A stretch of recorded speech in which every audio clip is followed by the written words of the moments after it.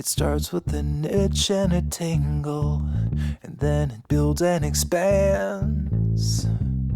And suddenly, all at once, my legs won't let me stand. I scratch till my fingers go numb. Hello and welcome to today's episode. Now, unfortunately, we've not got a very interesting view today because we're just outside the house again in the camper van and it's another incredibly hot day. So I've tried to open the windows to keep my guest a little bit cool, but the noise is always an issue. So what I've got instead is a relative of mine made us some absolutely gorgeous honeycomb fudge and Rolo fudge. Yes. And it's already gone. Dear relative, wonderful, thank you. It's already gone. And we've just started and it's gone. It's been devoured. I've got a cup of tea because I know you all like to know. My guest has also got a cup of tea, so we've got similar tastes actually. Yeah. Just a splash of milk in there. So just to remind you all that, you know, we're here to have honest chats. So, you know, we like to talk raw and we like to, you know, not miss anything out really, hence the name of the podcast. I mean, it gives it away really. I would like to say that this episode has been sponsored by the Penistone Royal British Legion, so massive thanks to them, and also the National Lottery Fund, the Community Fund, always a shout out to them as well for their fantastic grant that has helped keep the podcast going. With Penistone Royal British Legion, I did recently do a, believe it or not, ladies' night. Oh, wicked. All about suicide. Oh. So counterintuitive. Enjoy yourself. It was very interesting, and it was the first talk that I'd done as well, but it was brilliant. Excellent. There was quite a few older ladies there, but they got involved. It was amazing. Wonderful. And we had a really good chat. So again, thank you very much to the Royal British Legion in Penistone. So, on to my guest today. We have got Andy with us, and he's a former police officer of 30 years, and he's seen it all. Trauma, death, gangs, you name it, he's seen it. And basically, you know, he was a problem solver. But on the flip side of that, he couldn't really have problems of his own, until, of course, a day when he did. And in 2009, he broke. He'd planned his own suicide in detail. Now, luckily, Andy is with us today, which is always the moral of this podcast, still here to tell the tale. And it was counselling, something that he swore he'd never have, that saved him, which is quite a common feeling towards counselling. He now teaches managers how to spot the signs and how to support people, which, you know, I can't wait to find out more about that, because obviously no one should get that close to the edge.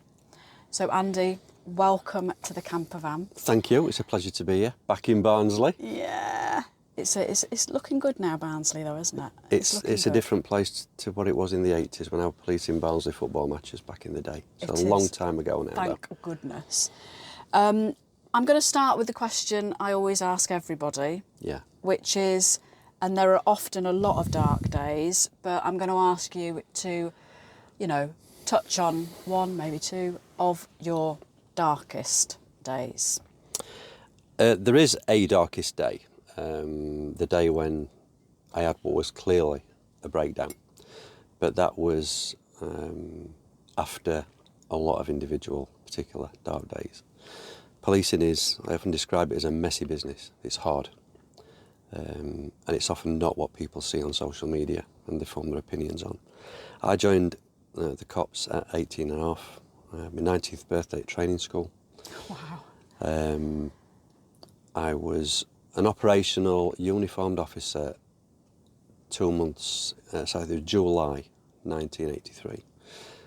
Full uniform on, back in the good old days, just a truncheon in a pocket, a radio and a notepad and a big hat and the serge uniform, walking a beat, learning how to be a cop. and how to balance and manage all the powers and responsibilities that come with that job. Because the powers that are invested in police officers are incredibly huge. And there is a learning process about how to manage the use of those powers. What comes with that job is you're at the behest of a radio. Everything that people ring in is going to land in front of you at some stage. And those radio calls can be exciting, it can be burglars on premises, getting police dogs out to chase bad guys and lock people up, you know, the classic things that you all see on the largely Cockney geezer narrated public police documentaries that don't actually show the true picture. Yeah. Because some of those calls are really, really difficult to deal with. In my 20th year, I dealt with my first suicide as a very young man. In retrospect, was I ready for that? Probably not, but it's part of the process. In my 21st year, I dealt with my first sudden infant death, cot death. I definitely wasn't ready for that. And then death becomes part of your day job, whether we like it or not. Thankfully, a huge amount of them are natural, calm, peaceful deaths that we get called to for certain reasons, to carry out an inquiry for the coroner to find out why that individual passed away. But some are very sudden, traumatic suicides and deaths that are messy, murders, attempt murders that we go to. And in hindsight, it's easy to say that those incidents that were really difficult left a mark, because in the moment, police officers often deny that they leave a mark, but they do. And it's not unique to policing. We can refer NHS people, consultants, surgeons, people who dealt and worked through the COVID pandemic, seeing all that death in front of them. Fire service going to house fires. GPs who are managing people to the end of life. That's our day job. And very soon that becomes our normal. Did you get any form of counselling? Not back in the day, no. Not back in the day. That becomes our normal. We treat it as normal. And it's only really after becoming ill and working through the processes and then later in retiring do I look back and think, that was never normal in a million years. Yeah. It's not normal, but it's what we do. And I take my hat off to anybody who is still serving now, doing the job under the extreme pressures that they're doing. So let's answer your question. The darkest day. The darkest day was in the middle of July in 2009. I'd been a cop for 23 years at that point. Pretty much thought I'd seen and done everything. And thought I'd dealt with everything okay, but over the previous 3 years, there'd been a process of what I call decline, emotional decline. And that led to this particular morning. I was working in a contingency planning unit, dealing with some massive planning issues, some around national security, counter-terrorism sort of issues. But everything was huge planning processes, dealing with lots and lots of people, largely around chaos and destruction. And whilst that chaos and destruction is going on, we've got an ice cream van in the background. It is. Can I have a 99, please? Strawberry sauce and some sprinkles. You couldn't write it, could you? No, you Listen couldn't to make. that. I can't get an ice cream van on my street in Dronfield. I've been trying for 2 years. They're very, very busy, Really? apparently. Yeah, we've got children and everything. Oh my God. Anyway, now he's stopped. Anyway, you can't have an ice cream. You've had fudge. Darkest Carry day. on. So yeah, I'm in this world where I've got lots and lots of plates spinning that are beginning, in my eyes, to fall, and I can't keep up. I feel at that point I'm letting the organisation down. I'm letting myself down. I think my reputation's gone to bits. And that on top of all the previous unprocessed trauma equals the darkest day. Something happened that day that I'd been putting off and putting off and putting off for years. The breakdown. And my breakdown wasn't anything noisy, out there, violent or extreme. I woke up at 4 a.m. in the morning. My start time at work was anything between 8:30 and 9. Excuse me. And I started getting ready for work. My wife, knowing me well as she does, Andrew, what are you doing? I'm going to work. It's 4 o'clock. I know it's 4 o'clock. If I go to work now, I've got 3.5 hours with no radios, phones, emails, people coming out of the office. I can concentrate. And I just sat on the edge of the bed rocking, head in my hands.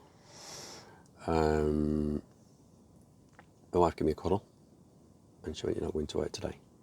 There's only one place we're doing this. We're going to the doctor's. So, try and get a bit more sleep, had a coffee, tried to pretend everything is normal, it clearly isn't. And shortly after 9 o'clock, drove down to the doctor's, which is probably 3/4 of a mile from my house. And that journey and that visit encapsulated both the best and the worst day of my life. The worst day, because that was hard evidence that I couldn't discount that I was broken. I like my sleep. Getting up at 4 a.m. is not normal. Something was wrong. And there was so much in my head, I can't tell you. That drive down was, this is now validating everything you've been saying about yourself for 3 years. You're not strong enough. You're not a good cop, you're not a good sergeant. You're letting your son down, you're letting your wife down. You're broken. You're a bloke, what are you doing?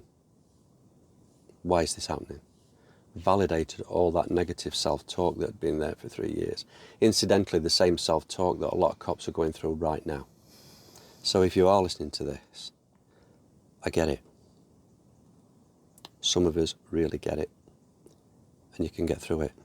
It's hard, but you can get through it. I get into the doc's surgery, and my doctor's a guy called Dr. McFarlane. I'd had him for about 20 years. He was amazing. And before I've even sat down, he's pulling the pad towards him and starting to write. Oh, my word. You look awful, Andy, what's going on?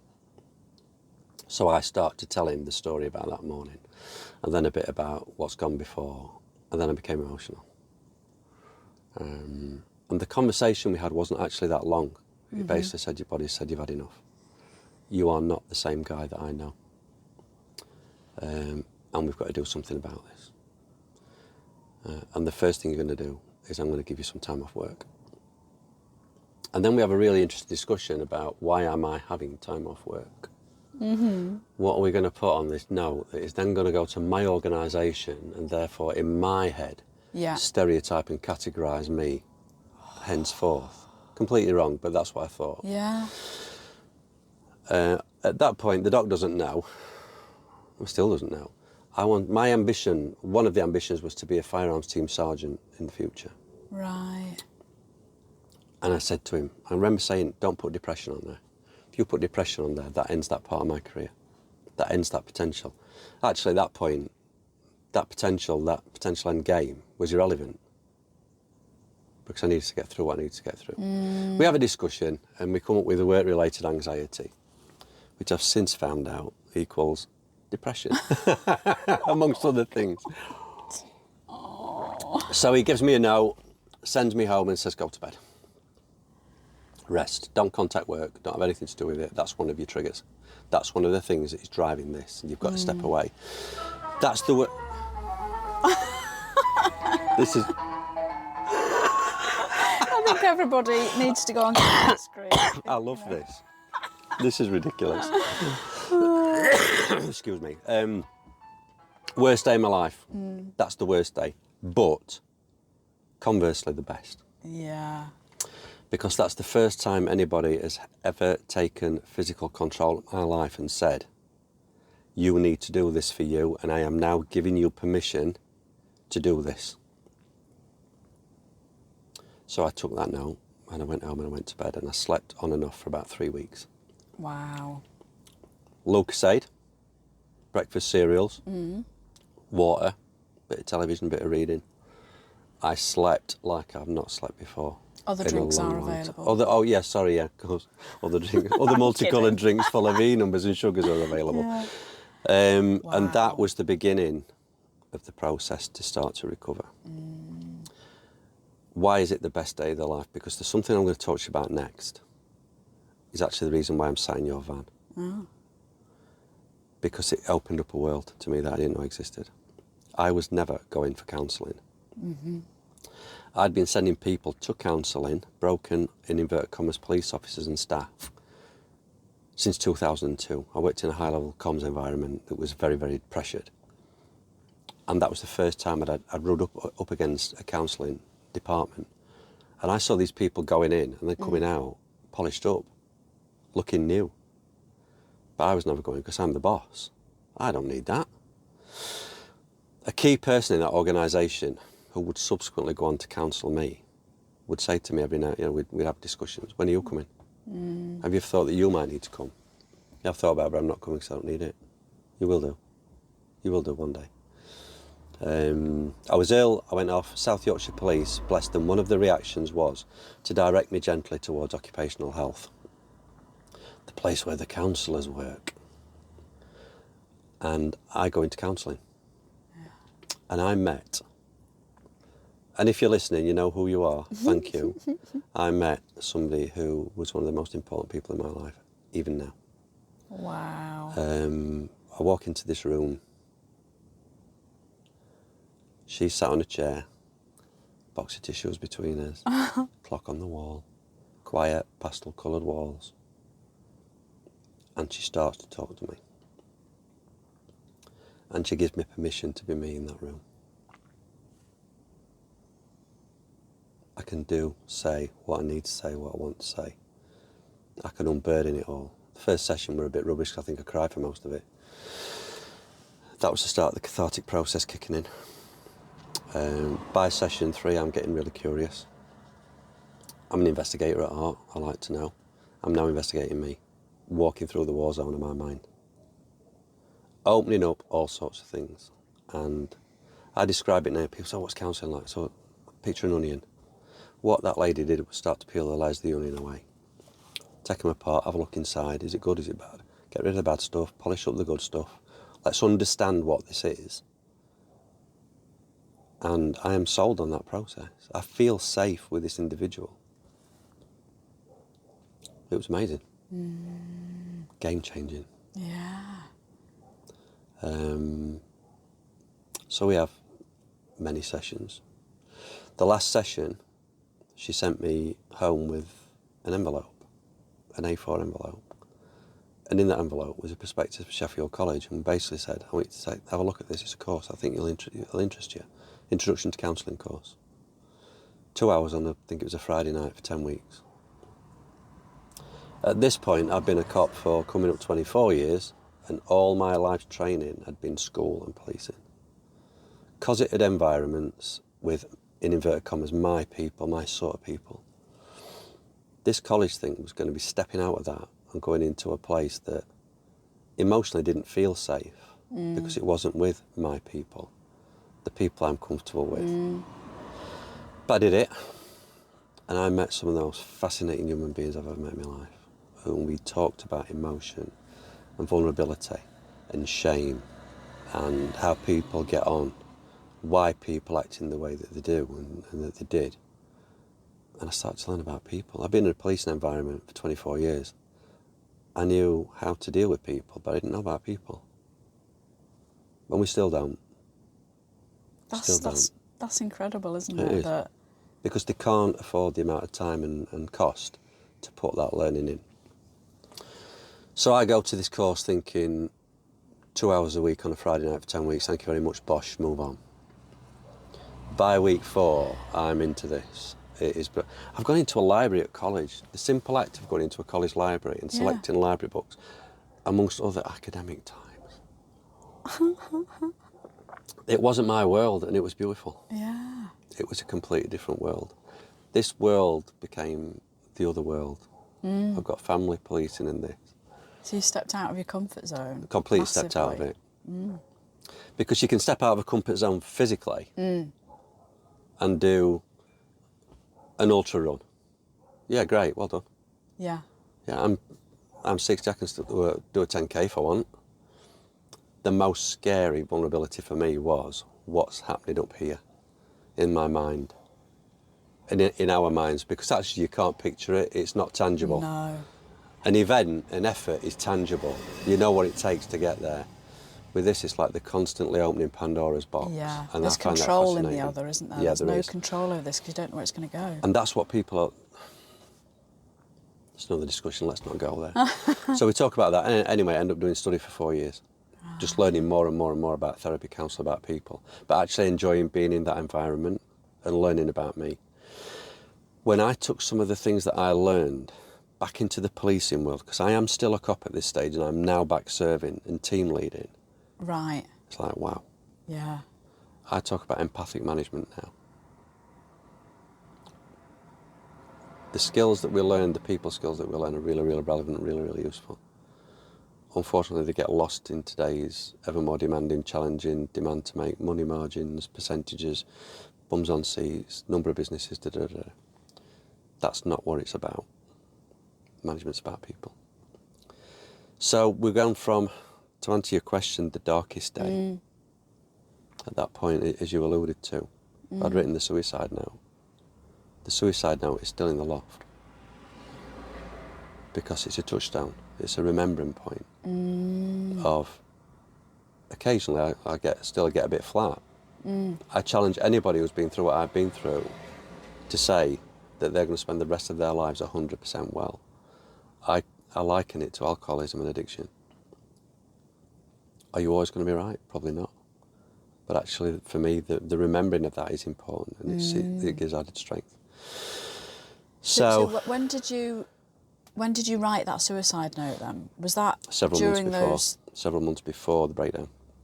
Oh, okay. So you had that 3 weeks off work. Oh, it was well before that. So it was before that. Yeah, well before that. And thankfully I got picked up. I got noticed, you know, I understand now that people were picking things up. But unfortunately, 6 of my colleagues didn't get picked up. And they took their own lives, died by suicide. One of them was the guy who introduced me to Lorette in 1984 on a blind date.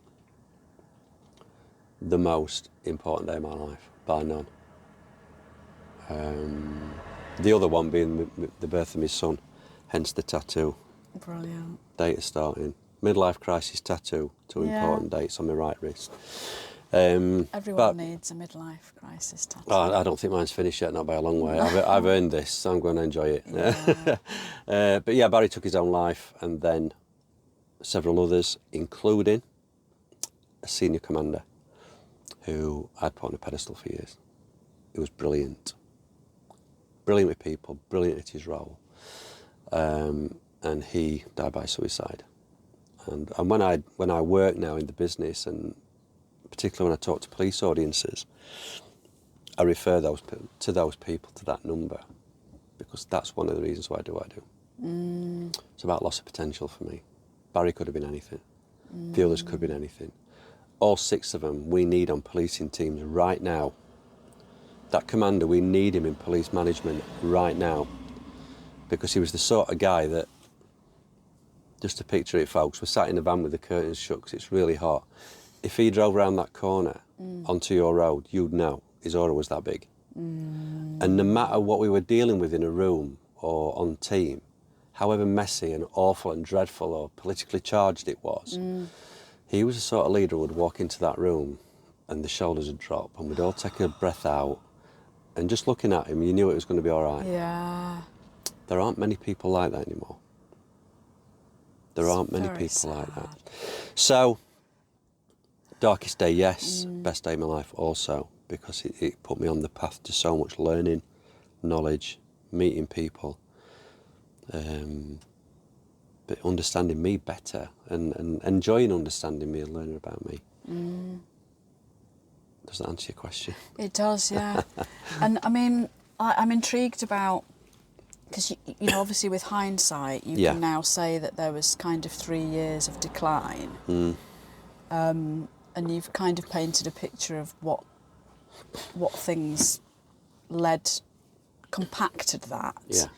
But I always find it interesting that there comes a day where, and this seems to be the story that comes out in most of the interviews, where you almost like give up and you give in, like the day when you got up at 4 a.m. and you rocked on the bed. I didn't know where to turn. My head was, in inverted commas, mashed at that point. Yeah. Whereas up until that point, you may have been fighting it. Masking it. Yeah. I openly speak now about lying about it. I masked it, I covered it. Policing, we wear a uniform. We wore a uniform, body armour. We carry weapons. If we go into a public order situation, that protective equipment increases. Yeah. But So that morning- emotionally, we also armour up. We block things out. Absolutely. Go back to the sudden infant death. When I took that call, you knew it was something wrong because they asked me to go back in the day, go to a phone box. We'll call you at a phone box. When you get that call after a radio call for sudden death, you know it's something that's going to be really tricky and challenging. And they said that. And I got into that job and dealt with it. I got emotional when my sergeant turned up. I had to step out a little bit and then go back in. Because the actual practicality of dealing with the death of a traumatic incident like that is really straightforward. What I wasn't prepared for was the emotional load and what happened after. The sleepless nights, the why has that happened? I sometimes describe it as policing it's a big team game, but there are moments in policing that are really lonely. It's really isolating. It might be a major decision around a huge operation that has long-term consequences. It might be that incident that I had. Does it have to be isolating? Is there a way to work when things like that happen that can... Yeah, you can work, obviously you work as a team. You don't deal with the whole thing in isolation because you've got colleagues there, you get a supervisor who turns up, you might get CID, scenes of crime will turn up and you'll get all sort of advice and at a certain point you'll hand that over.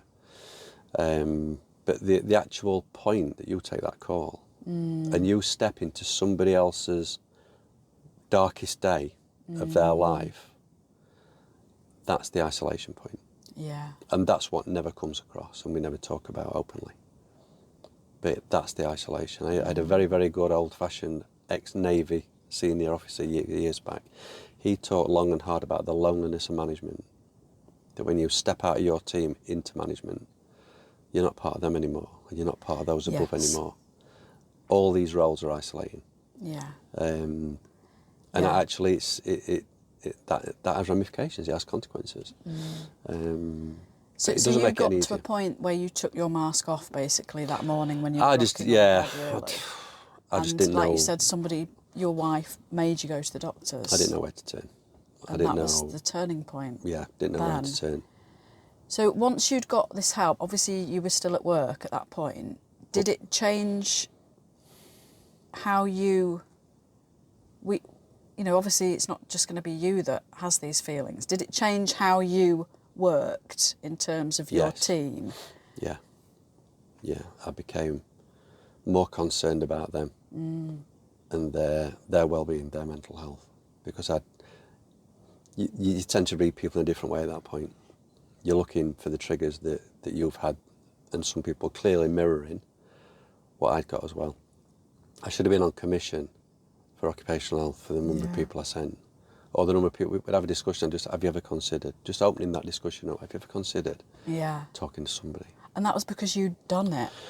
It's different, isn't it, when you're suggesting something to somebody that you've done yourself. 100%. Up to 2002, it wasn't even a thought. When I went into that communications environment, where people were clearly breaking under pressure, and then started to send people to this mythical place called occupational health. Yeah. Even though I'm not going because I'm strong enough, I want you to go and avail yourself of their services. Yeah. And I think that was probably one of the points, the inflection points, that you think, there's got to be something to this then.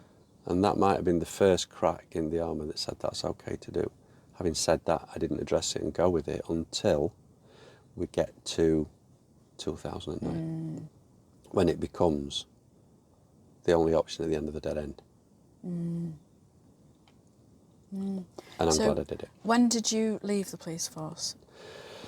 April the 10th, 2013. Okay. And what prompted that I retired. Did you just retire? Yeah. Yeah, back in the day, I signed up in the good old days when you signed on a dotted line. Right. On the 11th of April, 1983, by 11:30 a.m., I knew 30 years later I'd retire. Oh, really? Wow. Yeah, I mean obviously from that point you're carrying out a career. Yeah. A lot of people in policing are looking forward to that day when they leave. Mm-hmm. Actual retirement brings a whole raft of other emotional problems as well, which I didn't find out until afterwards. But that's an interesting subject in and of itself. Yeah, I bet. Cheers. So, did you always have a plan, or what did you do when this golden Yeah, day came? I had a plan. I'd been signed up to a college to work as an associate presenter lecturer on a raft of certain subjects. But then they decided they wanted me to work 5 days a week, and that was never in the plan or written on the tin, as it were. So I said no thanks. Did it for 2 days, walked away. Did one or two other bits and pieces. I worked for Derbyshire County Cricket Club for just over 2 years as assistant stadium manager. My cricket club, Right. who I'd supported since I was 10. And strangely enough, I actually got the offer for university to do the diploma in counselling and therapy on the same day as I got the job offer for Derbyshire Cricket Club. So I went to cricket because I'd always wanted to work in pro sport with my people that I'd fought. And it was a job. I got made redundant 2 years later, but I loved it. It was wonderful. Obviously did a bit with Andy's Man Club for 5 years, and then I set the business up in 2019 after several people have been kind enough to say to me, obviously we know a lot about this. Have you ever thought about doing something with it? I'm like, no, I'm retired. Why on earth would I want to do something like this? Because you get it, you understand it. Done a lot of presentations, been a team leader for 20 years. Public speaking wasn't a problem. Putting together PowerPoints wasn't a problem. And several people have mentioned it, at which point I contacted my counsellor and said, look, this is going on, I don't understand where it's coming from. Can we have a coffee, can we have a meet? So we met to talk about it, and it was basically me feeling out whether emotionally it was safe for me to open up about what had gone on in the past. She being she was wonderful, supported me, really kind. And I had a plan that maybe 3 or 4 years down the line I would get this product sorted and go back into South Yorkshire Police and give them that knowledge. Fate took a hand.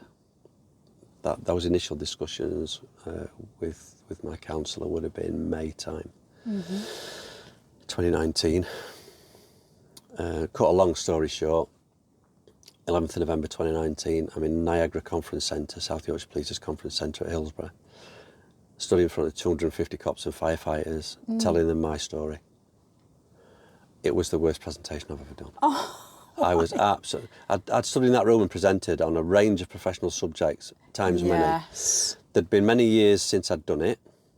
There were people in that audience who I knew, who knew me, but they didn't really know me. They were about to find out the real me. And I'm not ashamed to say, I just looked at my laptop.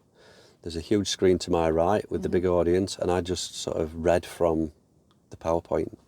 Didn't really want to make eye contact with people. Yeah. Because this is like really, really emotional. Yeah. Vulnerable. I'm getting stripped here. Wow. And everybody can see everything.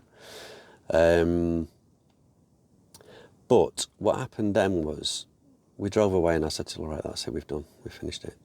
And she went, well, you might have, you might not. 2 days later, I get a call from a guy who I've not seen for ages, and he'd been in the audience. And he said, are you on Twitter? He says, no. He said, have a look at this Twitter account. And it was a detective inspector who'd been in the audience, who I'd never met. While I'd been speaking, she tweeted out 2 things that I'd said. And that was the validation for me. I'd been heard. I thought I'd just looked at that computer, read it out, and people weren't taking it seriously. That was my ego, my vulnerability showing through. And at that point, it's like, wow, somebody listened. Yeah. And not only that, they've put exclamation marks after it, which means it's really, really important, this. So I emailed that individual just to say thank you. Yeah. You have no idea how important that was. I don't think she's any idea how important that was to this day. And then we end up on a process of discussion. I end up going and working with her teams. She was working with protecting vulnerable people, teams, PVPs, dealing with domestic violence, child abuse, all this sort of thing. So we ended up doing some work in tandem with them. And actually that was the start point of this business starting to roll. COVID came along, kicked it all into touch. I don't do it on computer. I hate doing it on computer. I need to be in a room with Yeah. people face to face. Yeah. There is an option we can do that, but I'm a big believer that tech, social media, phones are a driver of mental health. When I talk to people, I want them in a room with no tech, no devices, nothing to hide behind. And it started off, COVID stopped it. It then started again after COVID. I've worked with several police forces, businesses, school, charity. We're just starting year 4 in October with a police organisation where I speak about mental health to all their first and second line managers, talking about empathic management, talking about understanding that relationship between them and their people that isn't actually based on numbers and production. It's based on the relationship between the manager and that individual. The subtext being that the time to form a relationship with your member of staff is not when that member of staff goes into crisis. It has to be formed before, and they have to be able to trust you to actually be able to circumvent some of the stuff that I went through. Absolutely. I couldn't. My boss, when I broke down, he was a lovely bloke, very talented. He wasn't a people person. I could never have sat like we're doing this, fudge or fudge less, and said, "This is how I'm feeling." Yeah. Policing has changed though since then. It's changed since 1983. Stress, anxiety, no, we don't talk about those in 83. Now we're having open functional discussions. Some people think we've got all this solved. We haven't. We're only just scratching the surface yet. There's a lot to do. And I am convinced that, well, I know I'm right. The key relationship in the workplace is that between the employee and the first and second line manager. If those managers get that right, some of this doesn't happen. I'm not going to say all of it. We can circumvent some of this. And I know it's working, because it's working in that organisation that we're talking about. So do you think, obviously you get a call, you invited in somewhere. Yeah. You talk about how to spot the signs and stuff. Do you see the impact that has, or do you 100%. get feedback from the impact that has? How do people then go forward after listening to you to make a difference in the workplace? There's 2 answers to that. What we do in those rooms is create the classic safe space where I am going to open up and be 100% vulnerable about what happened to me in your world. And it's not just for operational police officers, for police staff as well, non-warranted police staff, or working officers who might be PCSOs, or people who work in communications, taking those horrific calls at the first point of contact, because this affects everybody. It actually affects everybody, and your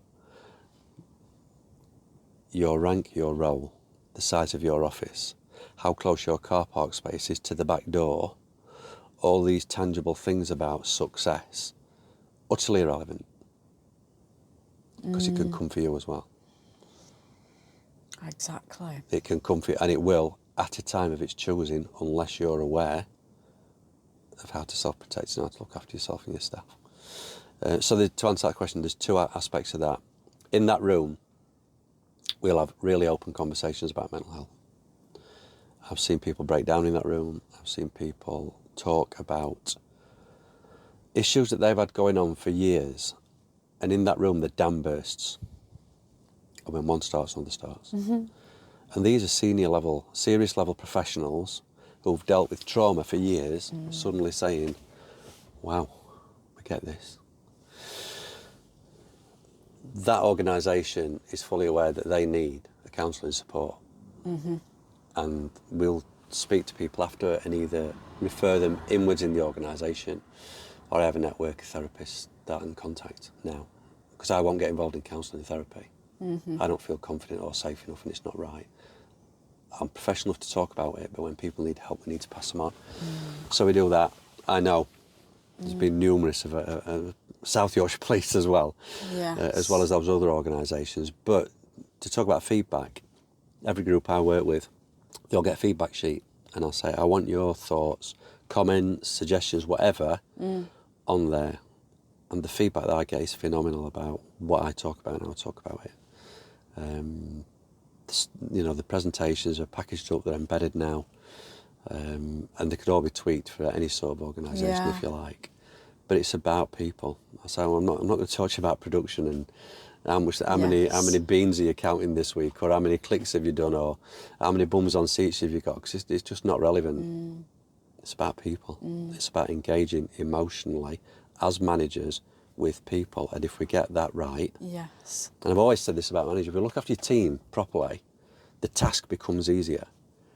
If you metaphorically drag your team behind you by the collar and give them a task, of course it's going to be like swimming through treacle.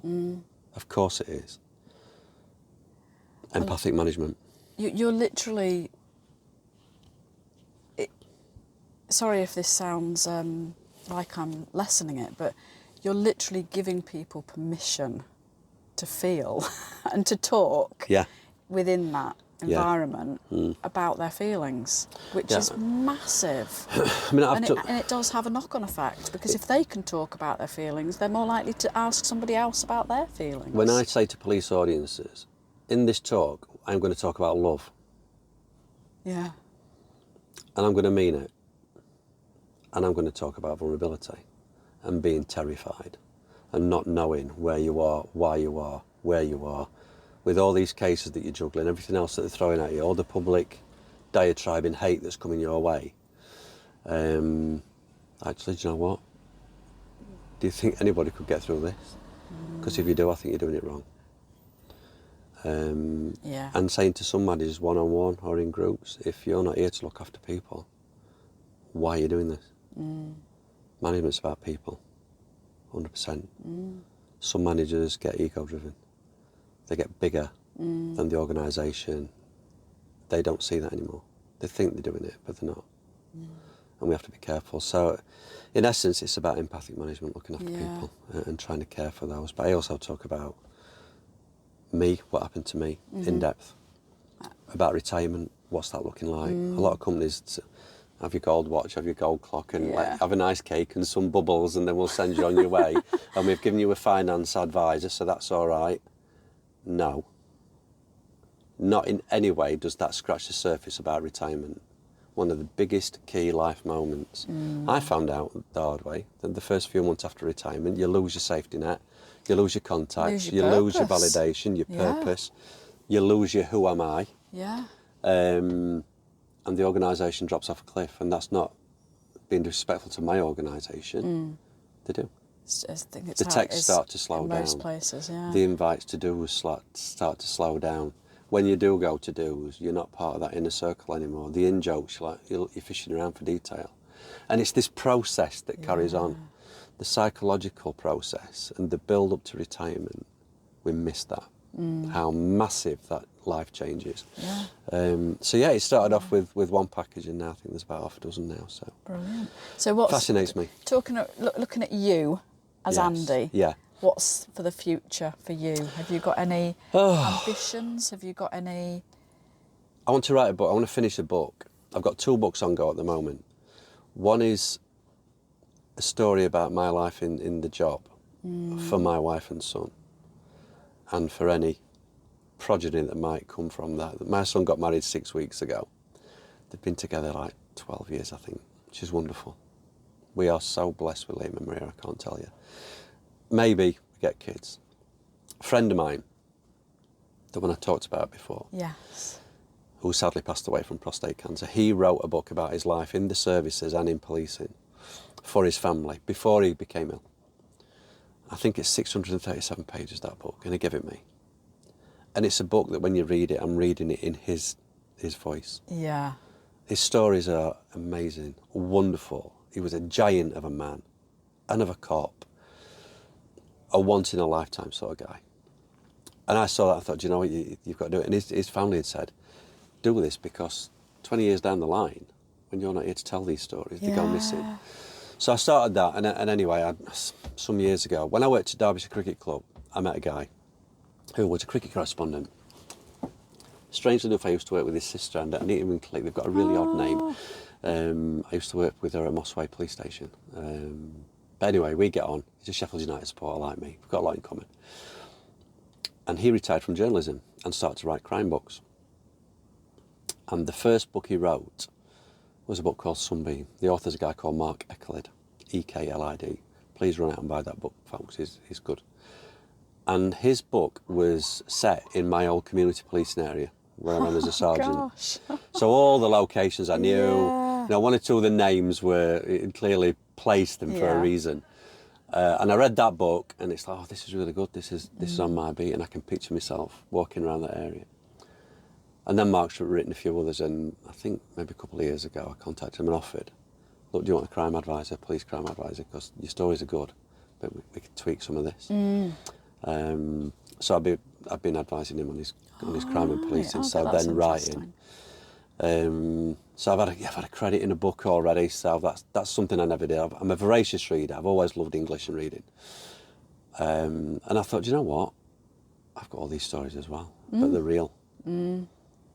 So I started writing a fictional crime novel set in Sheffield. Right. Which is on the burn. Excellent. I got over that ego, you know, it's like the writer's ego, why me, why shouldn't I? And then I got to the point, why shouldn't I? Exactly. Why should I not? And I think that's part of the question. And when we were driving up here, I alluded to setting the business up and saying yes to more. Yeah. Because I policing love that. is You a told me place about that earlier. Yeah, policing is a place that you don't get to do that. You'll get work put in front of you. You don't really get an option. It's there. That's your task for today. Go and complete it. When you've completed that task, come back and get another one or two or more. I'm in a fortunate position. I came through what I came through. I know how bad it got. We ain't going back there again. 100%, we're not going back there again. But what's for me in future? Hopefully get the books done. Enjoy cricket, enjoy time with Liam and Maria. And whatever comes from them too, we don't know. We shall see. They're both Not putting too much pressure on No, you. they're both busy with their careers. Maria's a senior vet up in Kelso in Scotland. My boy works in pathology at Edinburgh Vet School. They love their careers. They're both into animals and they just look really well together, you know. They look really good together. Oh, We had a that's proper lovely. Scottish wedding with a ceilidh and everything. Oh, excellent. It wasn't until I'd got the kilt on. Yeah. My son dressed me in a kilt and all on the morning of his wedding. One of those moments, those dad and son moments. And it looked great. Then we started ceilidhing outside about 6:30 at night. Obviously, we'd completely forgotten about the fact that Scotland has army of angry midges. My legs look like a dartboard by the time we've finished. 2 weeks to get over it. But it's all right, Liam, if you're listening. We're still mates. So we had that. So what does the future look like? More cricket, more football, Yeah. more outdoor swimming, writing, doing more work. That's great. When you say yes to more, I saw a video the other day with I think she was a psychologist, and she was basically just saying that you need to use the phrase, I'm just going to see all the time. So I'm just going to see if I can write a book. I'm just going to see if I can. And I love that because it's like, there's no pressure. It's just like, well, why shouldn't I? I'm just going to see. When the potential of starting a business up was mooted by those three people and I went to see my counsellor, that was really paraphrase what she said. Look, we both know you can do this. We had a discussion about the emotional impact of it, but putting a PowerPoint together and talking in public, not a problem. And she said, just give it a whirl. If you like it, great. If you don't, step out of it at that point. Exactly. And if I'm really honest, that first one, did I enjoy it? No. It was nice when they paid me. Yeah. I got paid to go back into my old world to try and make things better.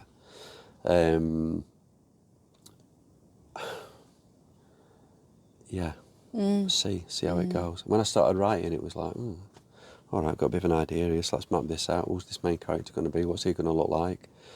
Trying not to base it on anybody particular because everybody will know. So make it a conglomeration of people.